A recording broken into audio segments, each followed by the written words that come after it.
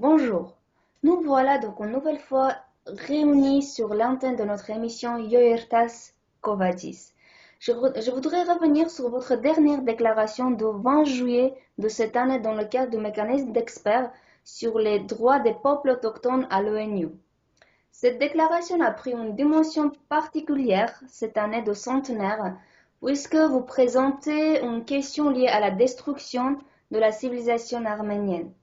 Monsieur Armenak Abrahamian, pouvez-vous mieux nous expliquer le lien entre la destruction du patrimoine arménien et le génocide des Arméniens? Bonjour. Dans un premier temps, permettez-moi d'adresser mes condoléances aux familles des victimes des derniers attentats à Ankara. Ensuite, pour revenir à votre question, il faudrait revenir un moment sur la déclaration de la Triple Entente du 24 mai 1915. Cette déclaration concerne la France, la Grande-Bretagne et la Russie, qui tiennent pour responsable le gouvernement turc des massacres commis par la Turquie en Arménie en date du 24 mai 1915. Et là, les trois États précisent qu'en présence de ces nouveaux crimes de la Turquie contre l'humanité et la civilisation, les gouvernements alliés font savoir publiquement à la Sublime Porte qu'ils tiendront personnellement responsables des dits crimes tous les membres du gouvernement ottoman ainsi que ceux de ses agents qui se trouveraient impliqués dans de pareils massacres. Alors, en présence de ces nouveaux crimes de la Turquie contre l'humanité et la civilisation, signifie que la déclaration prend en compte les massacres systématiques qui ont précédé les massacres qui ont commencé en 1915 et la destruction systématique de la civilisation arménienne. Effectivement, vous faites état d'un inventaire du patrimoine religieux arménien en Arménie occidentale. Mais vous appuyez aussi la question liée à l'inscription de sites arméniens au patrimoine culturel immatériel à l'UNESCO. Pouvez-vous nous expliquer davantage cette démarche? Alors, le mieux serait de vous relire la déclaration qui s'adresse au président de la session du mécanisme d'experts et de vous la commenter. Nous appuyons que le patrimoine culturel des peuples autochtones comprend les manifestations matérielles et immatérielles de leur mode de vie, de leur conception du monde, de leur réalisation et de leur créativité, et devrait être considéré comme une expression de leur autodétermination et de leur rapport spirituel et physique avec leur terre, leur territoire et leurs ressources.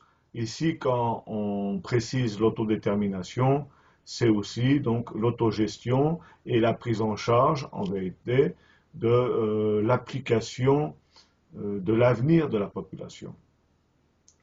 Mais les peuples autochtones aujourd'hui se trouvent face à deux phénomènes.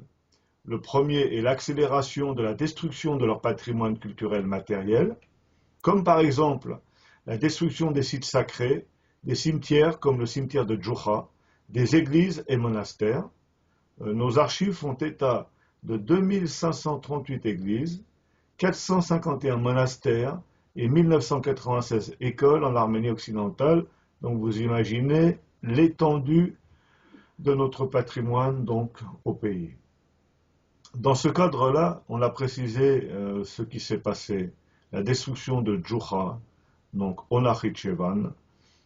Pourquoi? Parce que c'est quand même un État qui a décidé de s'attaquer à des pierres tombales pour pouvoir éliminer définitivement la civilisation arménienne du territoire du Nakhichevan. Le second est l'accélération de l'appropriation illicite de leur patrimoine culturel immatériel, voire même leur inscription au patrimoine mondial sans le consentement préalable libre et éclairé du peuple autochtone concerné. Et c'est vrai qu'en l'occurrence, concernant les Arméniens d'Arménie occidentale, jusqu'à ce jour, on ne parle pas, on ne s'adresse pas ni au gouvernement, ni au Parlement, ni au Conseil national, pour pouvoir faire des démarches qui tendraient à inscrire dans le cadre de l'UNESCO un patrimoine qui est le patrimoine arménien. Comme par exemple l'inscription dans le cadre de l'UNESCO de la fabrication du pain lavache ou de l'inscription au patrimoine mondial du site sacré de Nemrut ou de la forteresse de Diyarbakir. Alors tous ces exemples liés au patrimoine culturel du peuple arménien existaient bien entendu en Arménie occidentale bien avant la colonisation turque. Nous invitons néanmoins et officiellement l'UNESCO à ne pas oublier des traités comme le traité de Sèvres et la sentence arbitrale du président Woodrow Wilson en 1920, pour ne pas inscrire au nom de la Turquie des sites qui se trouveraient dans les frontières de l'Arménie occidentale.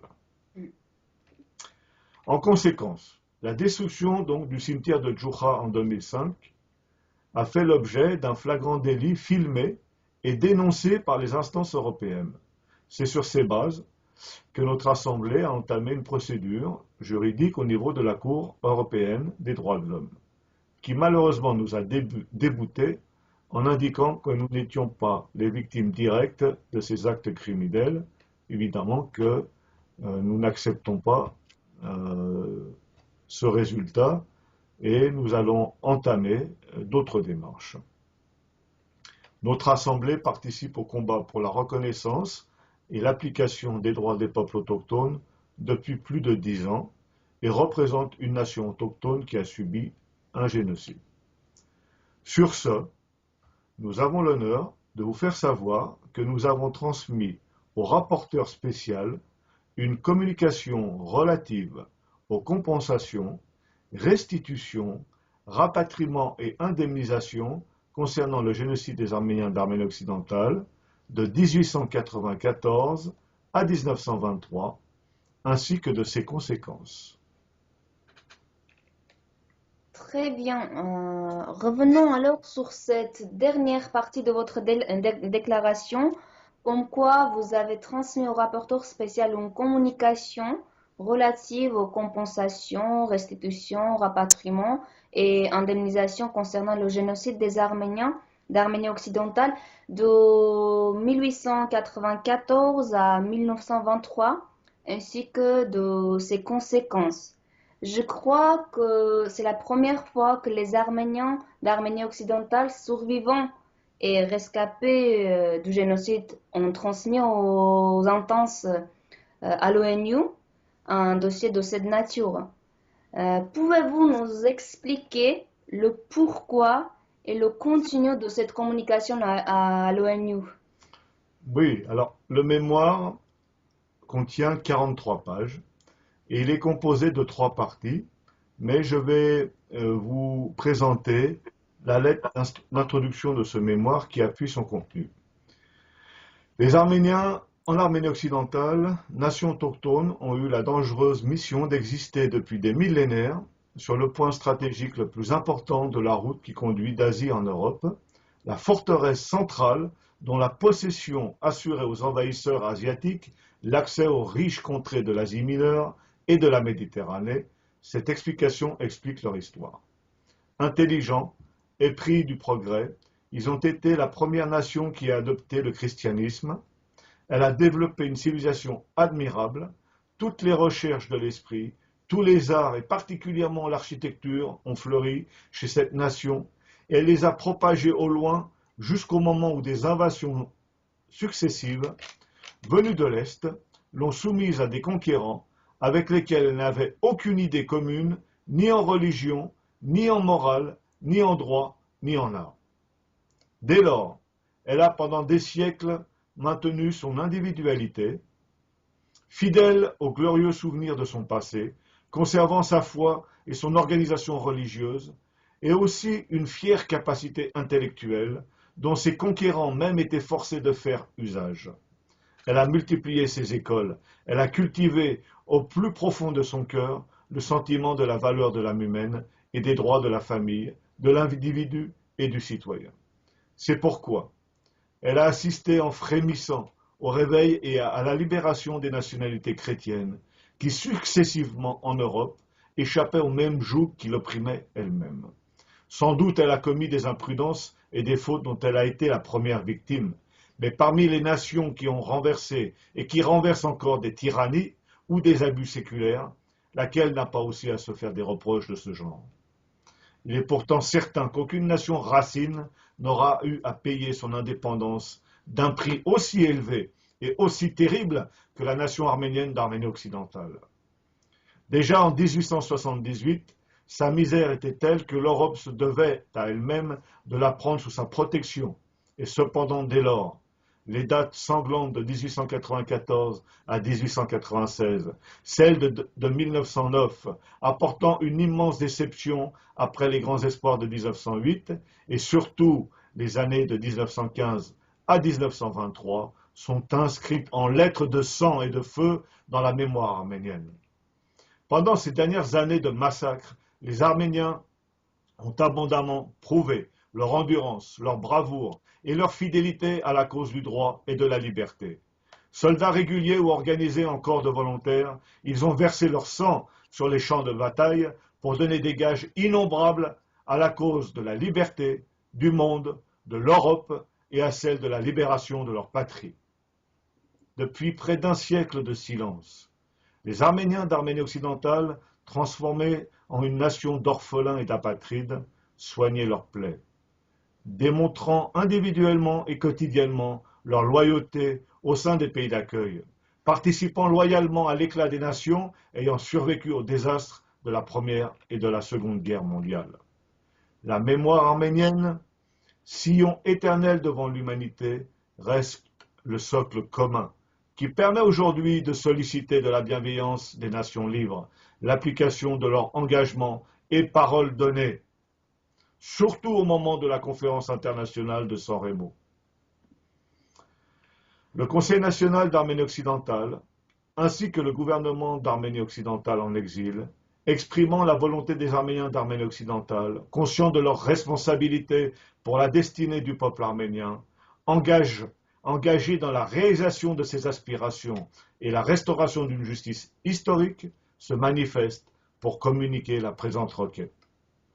Tenant compte des dispositions internationales suivantes, premièrement, les principes universels de la Déclaration des droits de l'homme de l'ONU, deuxièmement, les normes reconnues par le droit international, et troisièmement, le droit à l'autodétermination des Arméniens d'Arménie occidentale exercé par le Conseil national selon la déclaration officielle du 17 décembre 2004, quatrièmement, la Charte des Nations Unies, conformément à certaines décisions internationales que nous citons ci-dessous. Premièrement, le 29 décembre 1917, le décret de la Russie reconnaissant l'indépendance de l'Arménie turque, l'Arménie occidentale.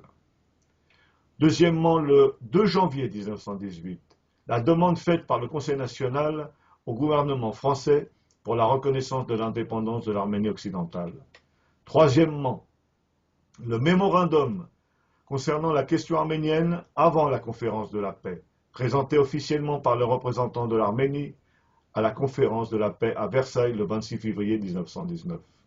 Quatrièmement, le 19 janvier 1920, les principales puissances alliées reconnurent le gouvernement de l'État arménien comme gouvernement de fait, et le 27 janvier, le secrétariat général de la conférence de la paix avisa le président de la délégation nationale que dans sa séance du 19 janvier 1920, le Conseil suprême avait pris deux décisions.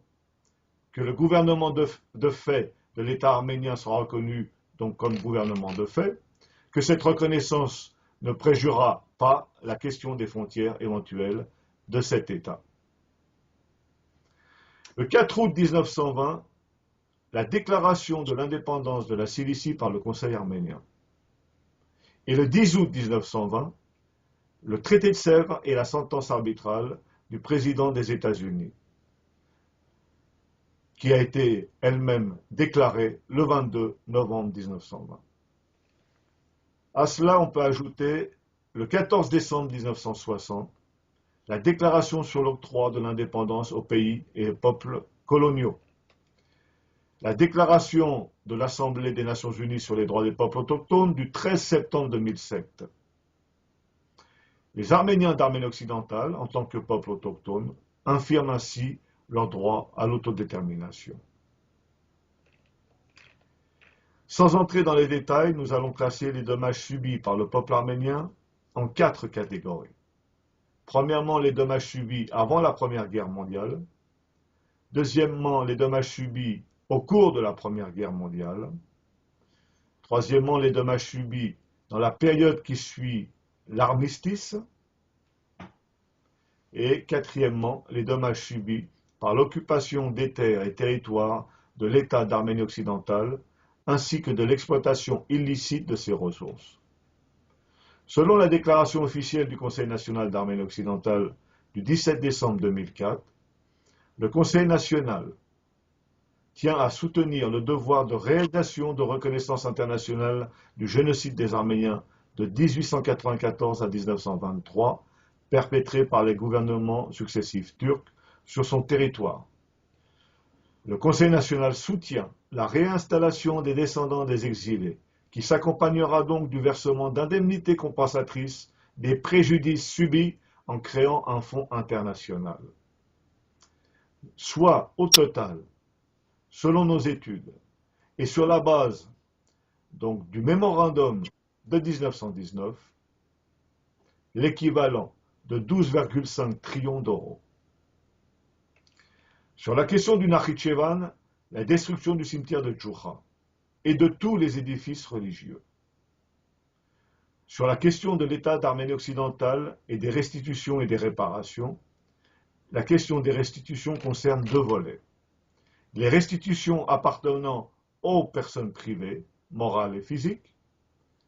Deuxième volet, les restitutions appartenant au domaine national, public et privé.